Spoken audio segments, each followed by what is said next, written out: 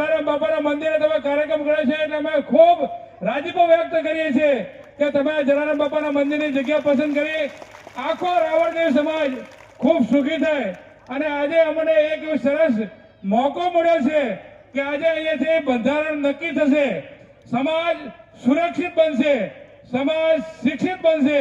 એના માટે કરીને આ નવયુવાન ટીમ કામ કરી રહી છે, એમને સાથ અને સહકાર આપજો।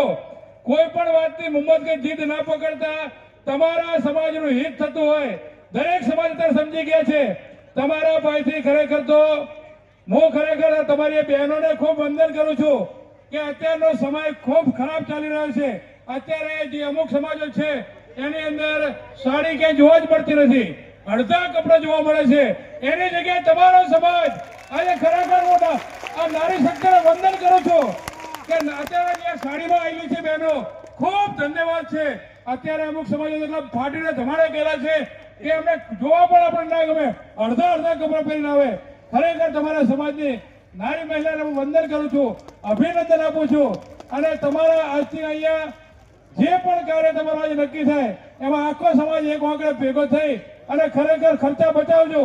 ખર્ચા બચાવવા ખૂબ જરૂરી છે, જેટલો બને એટલો ઓછો ખર્ચ થાય અને જેમ ઠાકોર સમાજ સમજી ગયો, જેમ આપણે પણ સમજીએ અને આપણા સમાજની ઉન્નતિ થાય એના